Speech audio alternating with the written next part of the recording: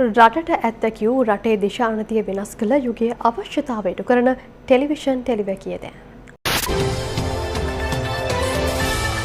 Television ටෙලිවැකිය අද 2026 අප්‍රේල් 15 වෙනිදා. අද ලියන්නේ 913 වැනි ටෙලිවැකිය. අප ඊයේ කතා කළේ ජනතාව හා ආණ්ඩුව අතර ඇති බැඳීම ගැන නේද?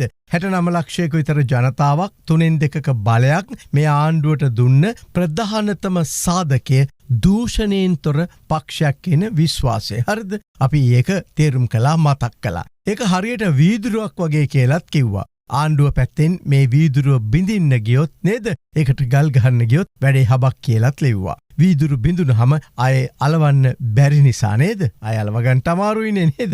දැන් මම ලියමින් හිටියේ ඔබට මතක ඇති ගල් අඟුරු ගැන. ඇත්තටම ගල් අඟුරු කනින, ඒ කියන්නේ මයිනින් තැන ඉඳලා අපේ වරායට ගෙනල්ලා ගල් අඟුරු තාප බලාගාරයේ පාවිච්චිට ගන්නකන් ක්‍රියාවලිය හිමින් හිමින් තේරුම් ගන්නට ඕනේ. හරිය? එතකොට ඔය ටෙන්ඩර් පටිපාටියත් අවබෝධ කරගත්තාම අපිට වැඩේ තේරුම් ගන්නට පුළුවන්. දැන් ඔය 2009 ඉඳලා මේ ගල් අඟුරු නැව් 450ක් විතර ඇවිල්ලා තියෙනවා. හරිද? ඔය මේ 13 15 මේ ආපු ටික විතරක් නෙමෙයි 450ක්. හරිද? පරණ කට්ටිය ගෙන්නපුවා. හරිද? මේක තමයි ලංකාවේ තියෙන ලොකුම ටෙන්ඩරේ. ඒ නිසා හිමින් මේ විස්තර ඊටාම සාධාරණව ලියන්නම්. එතකොට අපට තේරුම් ගන්නට පුළුවන් ගල් අඟුරු වල ඇති කළු පාට හා අලු පාට ගතිය. හොඳේ. ඔව්. දැන් ඊයේ ටෙලිවැකිය අහපු මට නිතර කතා කරන උපදෙස් දෙන ಗುಣ අගුණ ගැන තර්ක විතර්ක කරන පරිපාලන ක්ෂේත්‍රයේ හිටපු ජ්‍යෙෂ්ඨ නිලධාරියෙක් ඉන්නවා. දැන් ඔහු ඊයේ මට ලාල් සුබාලුත් අවුරුද්දක් කිව්වා. මාත් එතුමට සුබාලුත් අවුරුද්දක් කියලා ප්‍රාර්ථනා කරා. ඊළඟට ඔහු මෙහෙම කතාවක් කිව්වා. ලාල් මේ අලුත් අවුරුද්දේ ඔය දැන් මේ ආණ්ඩුවත් මේ කළ හොඳ ගැන මේ ටෙලිවැකියක් දෙකක් ලියන්නකෝ.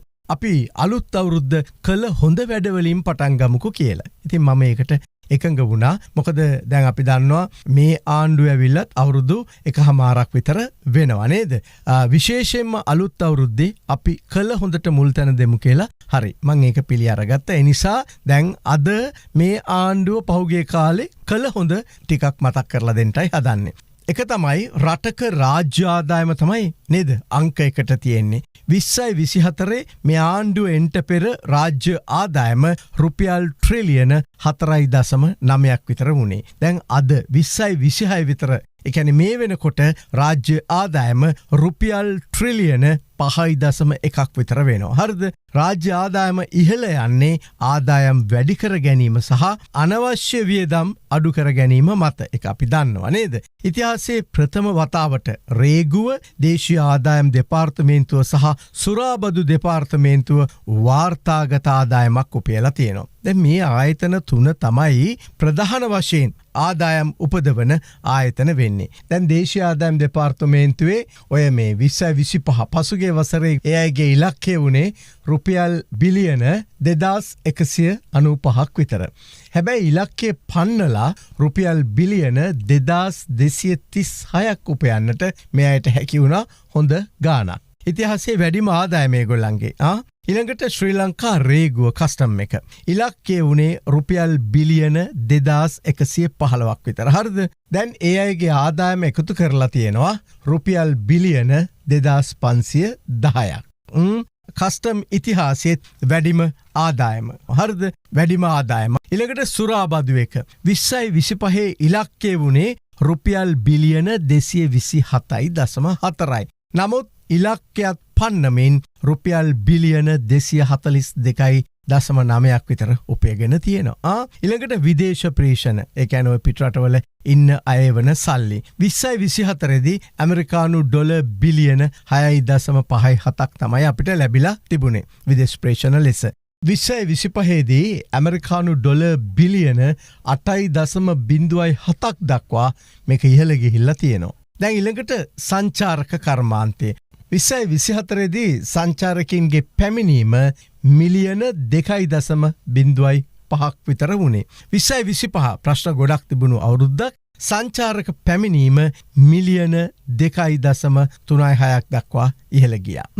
දැන් 2026 ජනවාරිවල විතරක් 2,77,327ක් වාර්තාගත පැමිණීමක් විදේශිකයෝ ඇවිල්ලා තියෙනවා.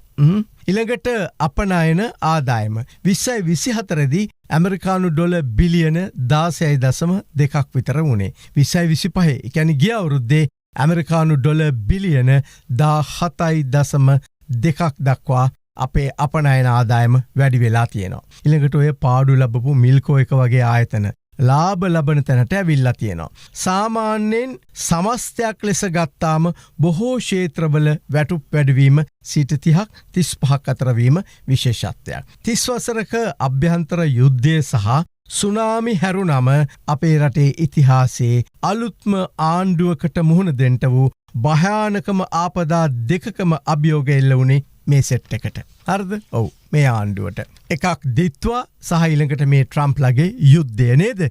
සාමාන්‍යයෙන් මේවා අනිත් රටවල් වලට බලපාන්නේ නිකන් සෙම් ප්‍රතිශ්‍යාව වගේ. අපි හෙම්බිරිස්සාව කියලා කියන්නේ. හැබැයි මේවා ඒ කියන්නේ ඔය දිත්වා ඊළඟට ට්‍රම්ප්ලගේ යුද්ධය අපේ වගේ රටවල් වලට බලපාන්නේ නම් නියුමෝනියා තත්ත්වෙන්. හොඳේ. එතකොට ඔය දිත්වා හමුවේ අලුතින් ගෙවල් හදන්න සල්ලි දෙමින් නේද? දැන් මේ යුද්ධය හමුවේ ඉන්ධන ප්‍රශ්නයත් ඒකත් කළමනාකරණය කරගනිමින් මේ යන ගමන මේ ගිය ගමන සහ මේ යන්න හදන ගමන ගැන අපේ ප්‍රසාදය රටේ ජනතාවගේ ප්‍රසාදය අනිවාර්යෙන් තියෙනවා. හොඳේ.